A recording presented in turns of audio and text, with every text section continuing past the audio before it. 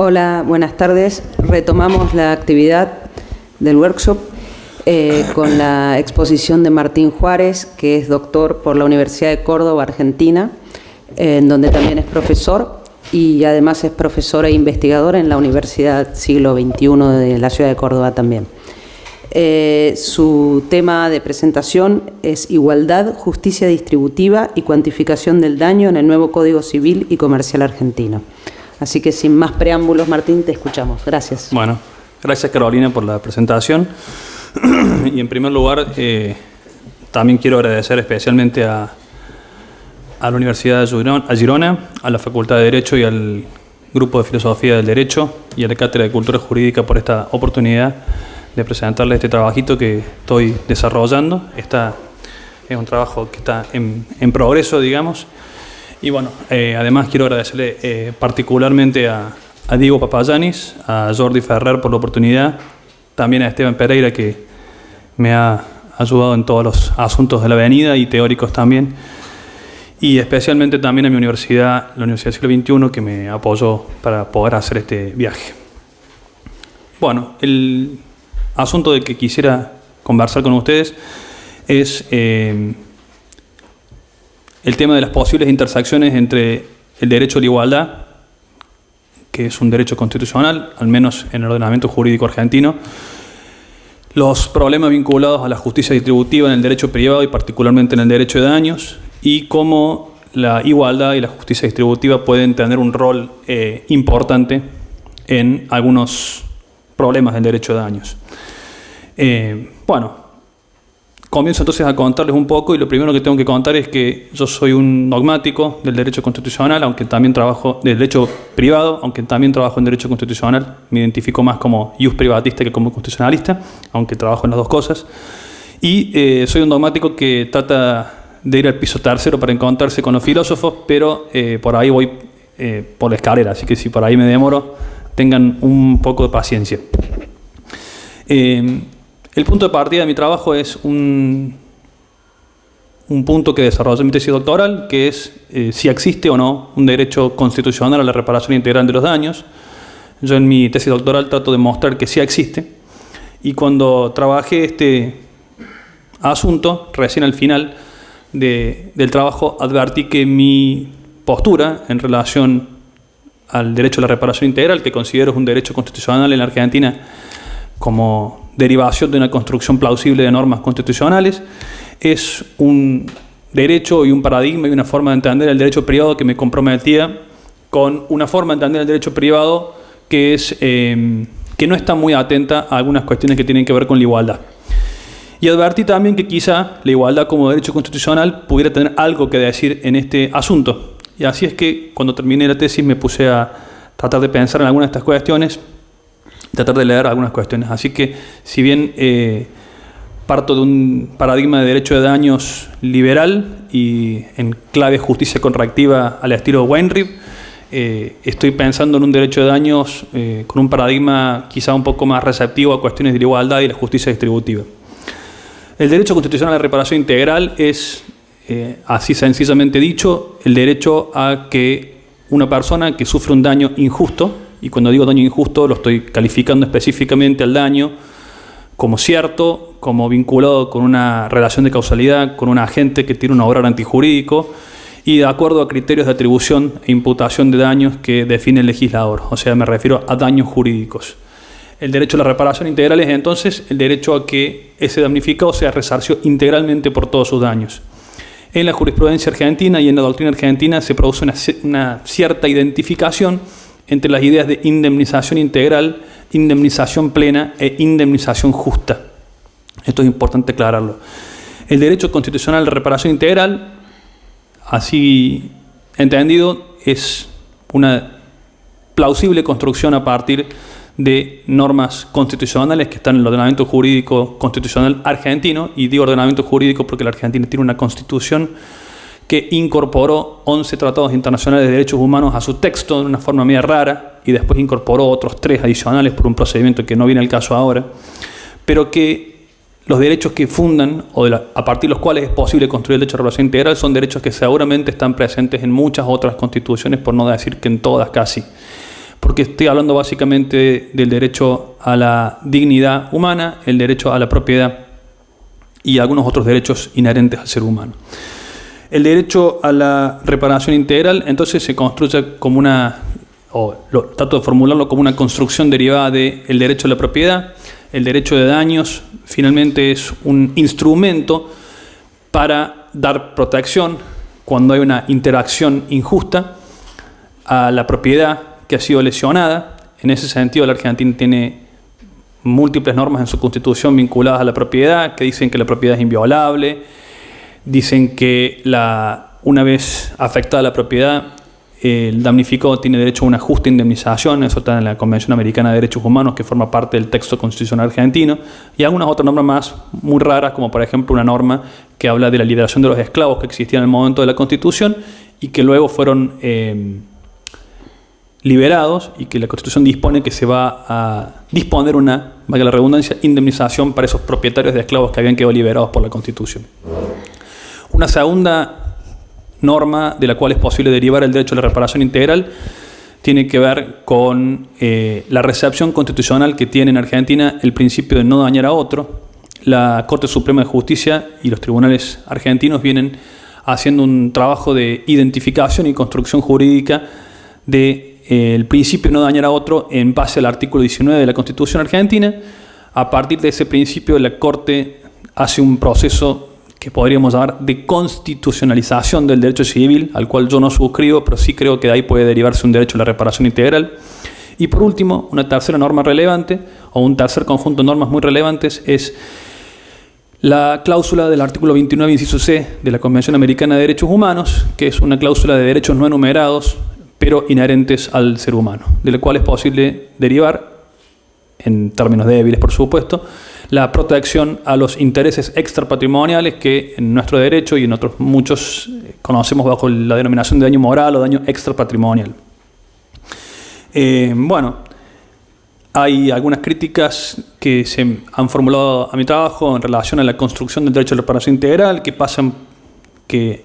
afirman que mi tesis está inescindiblemente vinculada a la tesis de la irrelevancia de la ley, es decir, que mi tesis está inescindiblemente vinculada a la ideología neoconstitucionalista, lo cual yo rechazo. Creo que el legislador tiene un amplísimo margen de acción dentro de una regulación razonable del derecho a la reparación integral, y razonable que es, esa es harina de otro costal, que trabajo en mi tesis un poco, pero hay mucho para decir. Y alguna otra objeción he recibido en relación a que que es imposible pensar en una reparación de todos los daños, en particular cuando hablamos de daños inconmensurables. Y cuando hablo de daños inconmensurables, hablo de daños a la integridad física o espiritual de la persona.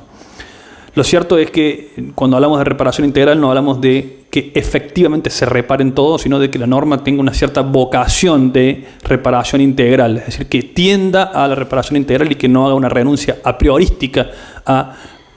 reparar integralmente los daños. Estas reglas que para mí, de las cuales era posible construir el derecho a la reparación integral, en algún momento tuve que confrontarlas con otras exigencias constitucionales que se derivan del derecho a la igualdad. Y después, analizando esto, me percaté de que hay alguna importante cantidad de usos del derecho a la igualdad en la dogmática, en la jurisprudencia argentinas, que se relacionan con bienes típicamente protegidos por el derecho privado, como por ejemplo la propiedad. Y que estas protecciones desde la igualdad se habían vinculado desde el enfoque de los derechos económicos, sociales y culturales, por ejemplo, a la vivienda. De esta manera, la jurisprudencia de la Corte Suprema Argentina y los tribunales inferiores tienen una gran cantidad, una razonable cantidad de casos en los cuales se ordenan al Estado tomar medidas protectivas de la vivienda, de gente que no tiene acceso a la vivienda o que está por ser desalojada en una situación en la cual va a quedar en la calle, u otras situaciones como muy límites en las cuales el Estado ha obligado a particulares incluso a hacerse cargo de deberes que en principio pensaríamos que están a cargo del Estado. Además de constatar este uso de algunas herramientas de la igualdad para algunos problemas de derecho privado, también me di cuenta que hay problemas de derecho privado específico, que con el enfoque de derecho privado específico también son analizados bajo el prisma de la igualdad y resueltos bajo el prisma de la igualdad. Una clase de problema en este sentido es la existencia de una ley de compensaciones por accidente de trabajo en la Argentina que establece unas indemnizaciones que son notablemente inferiores a las que un trabajador podría obtener si tuviera un accidente de auto en vez de tener un accidente laboral. Este fue uno de los argumentos por los cuales desde hace unos 13 años en la Argentina tenemos una ley de riesgo de trabajo que ha sido declarada inconstitucional por la Corte Suprema. Uno de los argumentos a los que recurrió es reparación integral, pero otro al que también recurrió es no podemos establecer indemnizaciones que discriminen a un grupo en particular, más aún cuando estamos hablando de un grupo que tiene especial preferencia tutelar en la Constitución, que es el grupo de los trabajadores. Y por esto me llevaba a reformular mi tesis inicial, o las bases de mi tesis inicial, que era que en definitiva el derecho de reparación integral nos compromete con un paradigma de justicia correctiva exclusiva y excluyente en el derecho de daños para tratar de incorporar algunas consideraciones de corte distributivo en el derecho de daños. Y esto no solamente en lo que toca a la distribución de derechos y deberes de indemnidad, es decir, los derechos y deberes que reparten las reglas del derecho de daño, sino también incluso, con un rol pequeño quizá, en la distribución de las consecuencias de las interacciones injustas. Ahí también, creo yo, debe haber algunas consideraciones de justicia distributiva. En tercer lugar, yo traté de buscar un contenido mínimo que tiene la igualdad, que entiendo que debería ser considerado a la hora de analizarlo conjuntamente con el derecho de reparación integral, y entiendo que uno de estos contenidos mínimos posibles, o una de estas manifestaciones mínimas posibles de la igualdad, es el derecho a verse libre de la extrema pobreza, que es un derecho que está reconocido por la jurisprudencia de la Corte Interamericana de Derechos Humanos y por algunos tribunales internacionales de derechos humanos, como derivado de algunos estándares de protección de la igualdad, sobre todo vinculado a los derechos económicos, sociales y culturales. Y entiendo entonces que el derecho a verse libre de la extrema pobreza es una posible derivación de la idea de igualdad real de oportunidades, que es una idea o un derecho que está reconocido en nuestra Constitución argentina. Esta idea de igualdad real de oportunidades también ha tenido recepción en el derecho privado argentino. Hay dos ejemplos, dos casos muy famosos. Uno de estos casos, para contarlos muy rápidamente, es el caso de una pareja de personas que son judías y que van a alquilar un departamento, hacen una seña y están concluidas tratativas precontractuales, y cuando van a firmar el contrato para, en definitiva, recibir las llaves, les comunican que no va a poder ser posible firmar el contrato porque son judíos y la dueña del departamento tiene mucho miedo de que haya un atentado. Esto hace que esta gente se ponga muy mal, por supuesto, con todo criterio, y les inicia un juicio al dueño del departamento, que luego ganan y obtienen una indemnización en raíz de esta discriminación. Y otro caso muy importante vinculado al uso de la igualdad en relaciones típicas de derecho privado es el caso que se llama en Argentina Fredo, pero que la parte importante era una fundación que se llamaba la Fundación de las Mujeres por la Igualdad, en la cual se demandó a esta empresa Fredo, que es una heladería famosa argentina, o era porque ya quebró, que tenía 630 empleados en su plantilla, de los cuales todos eran, creo que quebró y después la fue comprada. 630 empleados eran absolutamente todos varones, y creo que había solamente una que era la dueña, que era mujer, si no me equivoco era la señora de Pérez Companc. Y entonces esta fundación demandó a Fredo pidiéndole que haga incorporaciones de mujeres hasta equiparar su plantilla varones y mujeres, lo cual fue ordenado por un tribunal que fue la Cámara Nacional de Apelaciones en lo civil, Sala K, si no me equivoco. Es decir, en la Argentina ya han habido tratamientos de problemas de derecho privado con clave igualitaria, en clave colectiva, con relación a la vivienda, en algunos conflictos entre privados como Fredo y como el caso de la pareja judía que les contaba recién, y creo que puede haber otras manifestaciones y es posible pensar otras aplicaciones desde el derecho de daños. Esto, creo yo, requiere volverse a preguntar o entrar en la pregunta de qué hablamos cuando hablamos del derecho de daños, qué es el derecho de daños. Y en esto ustedes están haciendo el máster, seguramente muchos de ustedes, y el grupo de filosofía bien conoce que hay múltiples teorías acá. Algunas teorías son instrumentalistas, es decir, teorías que intentan definir el objeto por la función que cumple. Quizá una de las teorías más típicas en este sentido es la teoría de análisis económico del derecho. Una de las formulaciones más típicas de esta teoría es el análisis costo-beneficio, la regla del juez Hand, que no voy a desarrollar acá para no ser largo, pero hay teorías que son no instrumentalistas o deontológicas, entre las cuales hay algunos autores, algunos trabajos que postulan que el derecho de daños es mejor explicado a través de consideraciones de justicia correctiva. Los exponentes más conocidos son quizá Ernest Weinreib y Jules Coleman. Algunos autores que postulan que el derecho de daños en realidad es una cuestión de justicia distributiva, y otros autores que postulan que en realidad el derecho de daños tiene algo de justicia distributiva y algo de justicia correctiva. Yo, para mi trabajo, provisoriamente, porque me convence, pero quién sabe si después me deja de convencer, he adoptado el aparato conceptual que trabaja Diego Papagiannis, que básicamente implica que el derecho privado y el derecho de daños en particular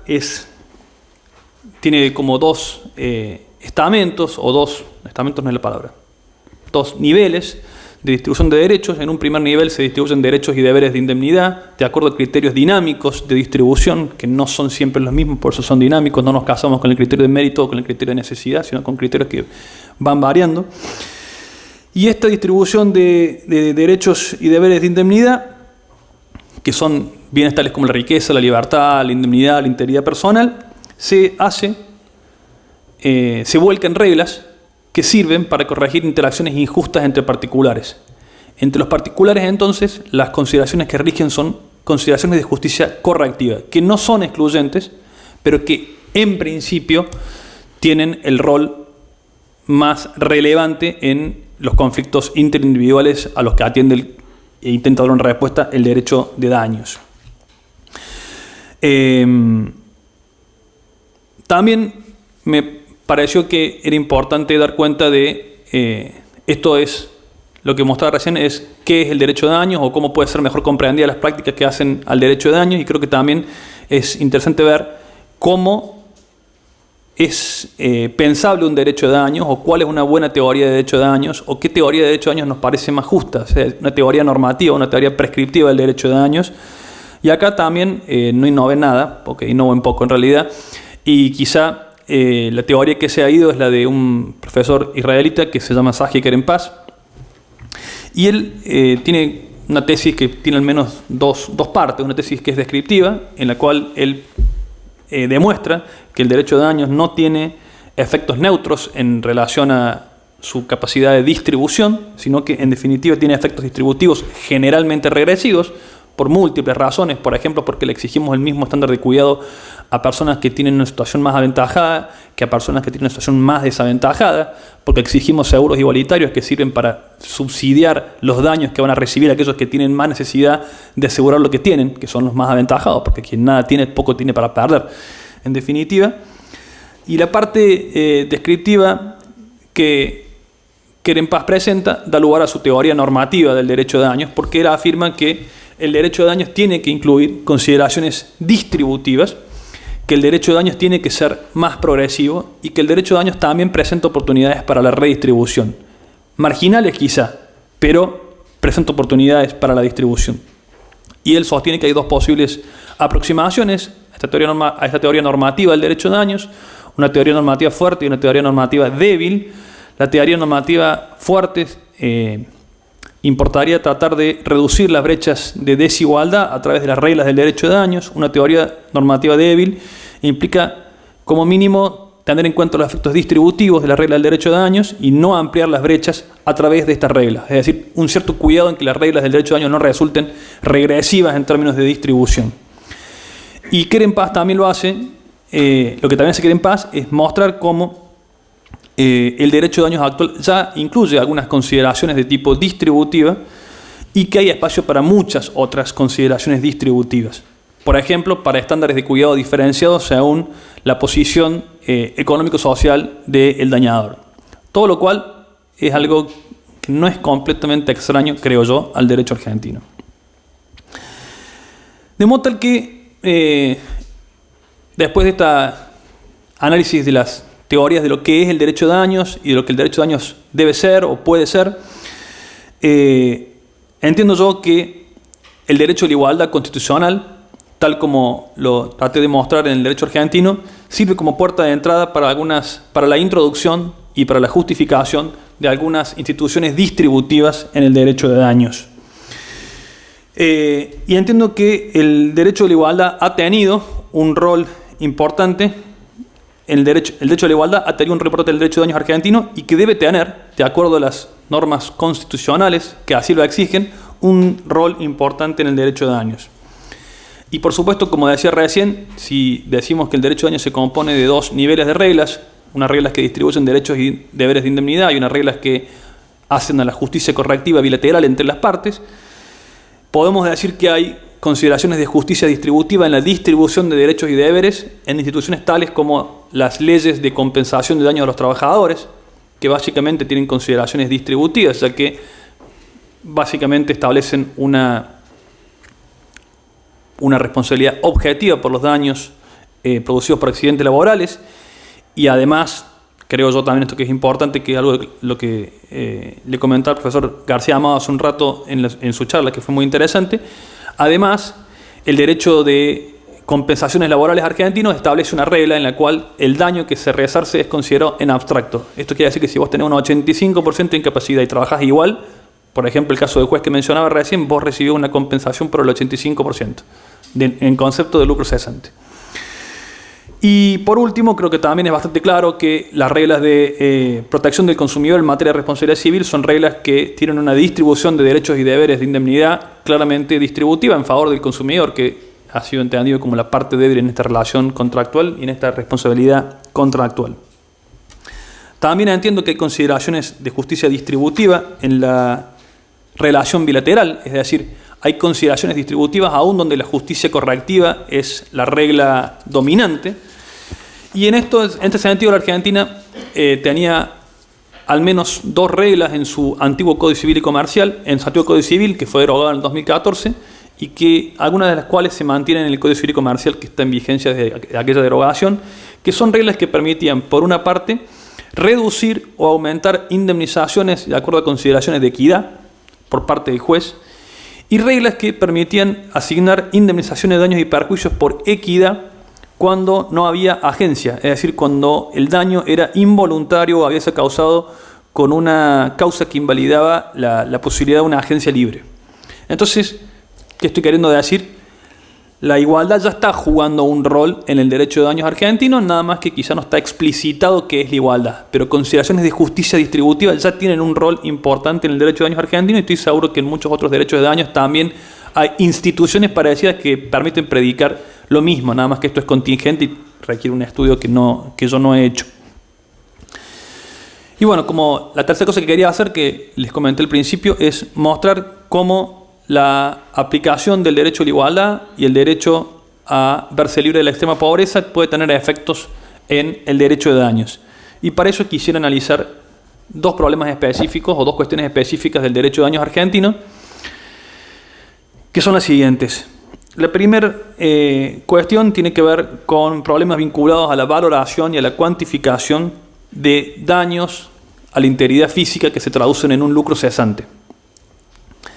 Acá hay al menos dos subproblemas, pero hay varios más en rigor de verdad, pero he seleccionado solamente dos. Un primer problema es el problema de personas que están desempleadas y que por lo tanto la foto que hoy sacamos para obtener una indemnización es que estas personas no tienen ingresos, o personas que por defectos en el sistema de cumplimiento de las leyes cobran remuneraciones inferiores a la garantía constitucional que en Argentina existe, que es la de salario mínimo. Esta situación afecta a una parte importante de la población que además está de decir que es sumamente desaventajada. Y entiendo que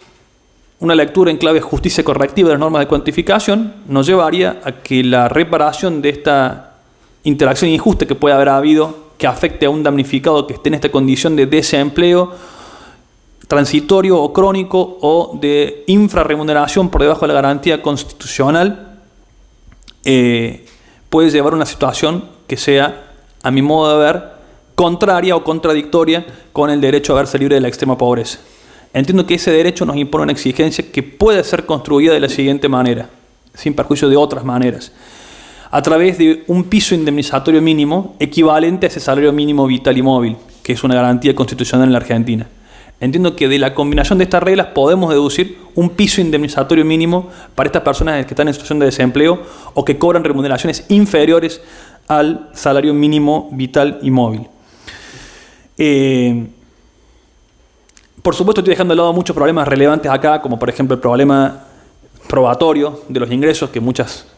personas padecen, sobre todo en la Argentina, donde hay un alto grado de informalidad en el mercado laboral, y también dejo de lado los problemas de que los ingresos pueden crecer o pueden disminuir, pero son problemas aparte que pueden ser analizados bajo este prisma, pero no lo voy a hacer acá porque sería demasiado largo.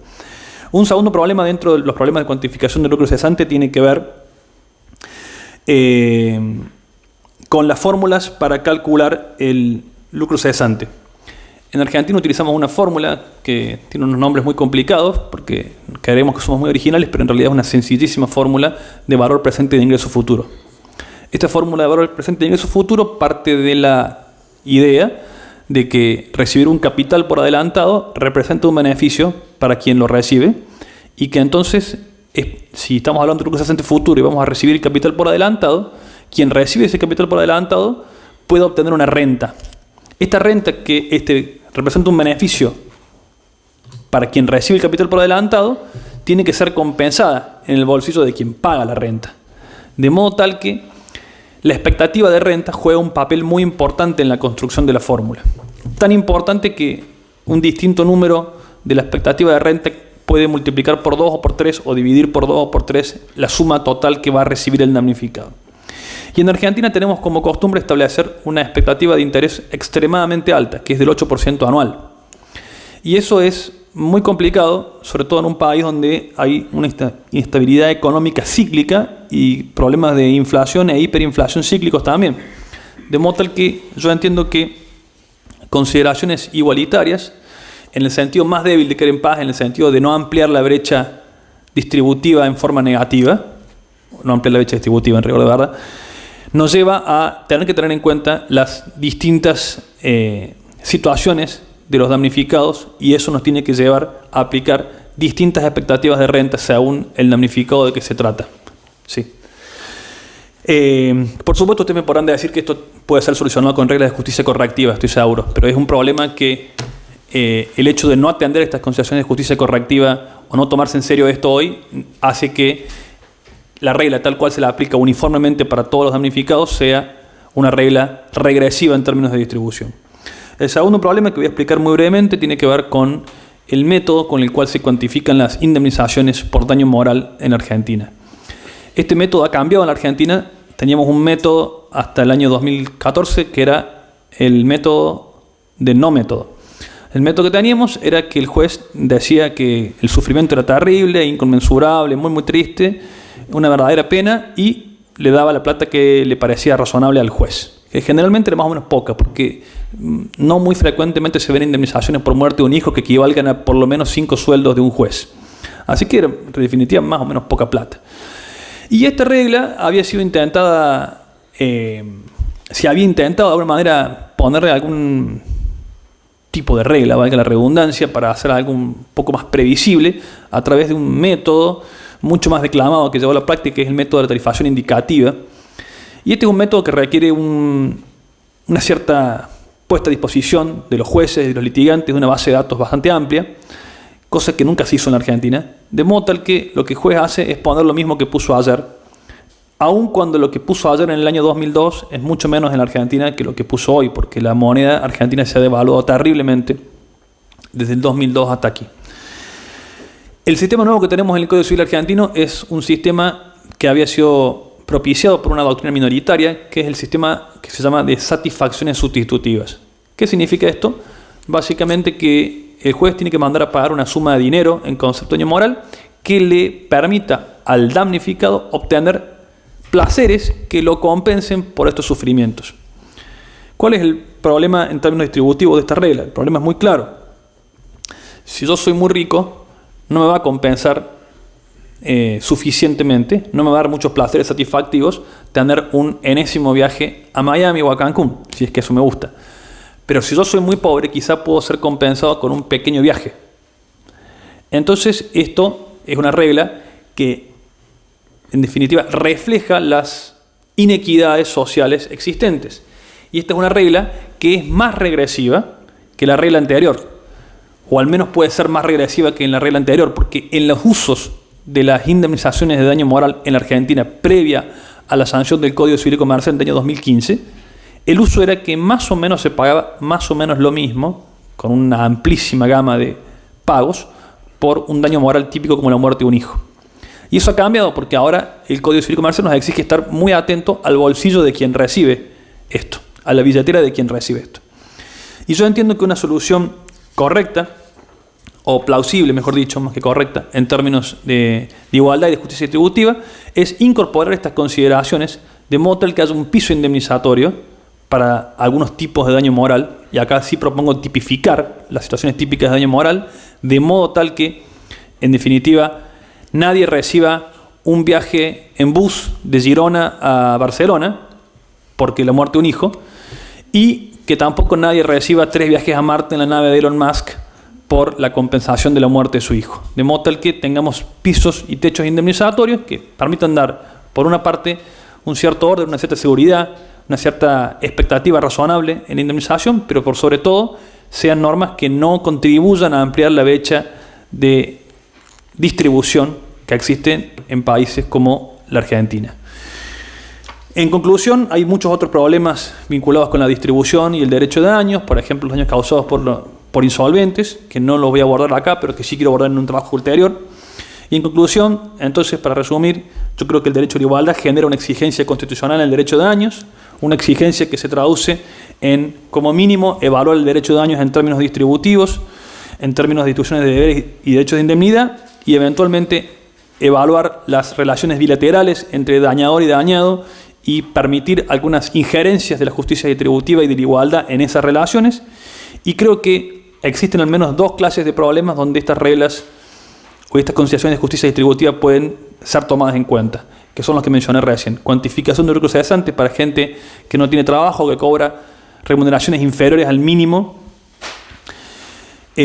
Atención para las expectativas de renta que se estiman para personas que reciben indemnizaciones por lucro cesante. Y por último, creo que se puede hacer también una lectura no regresiva de la teoría de las satisfacciones sustitutivas, que es lo último que expliqué recién. Gracias por la atención y perdón por los minutos que me excedí.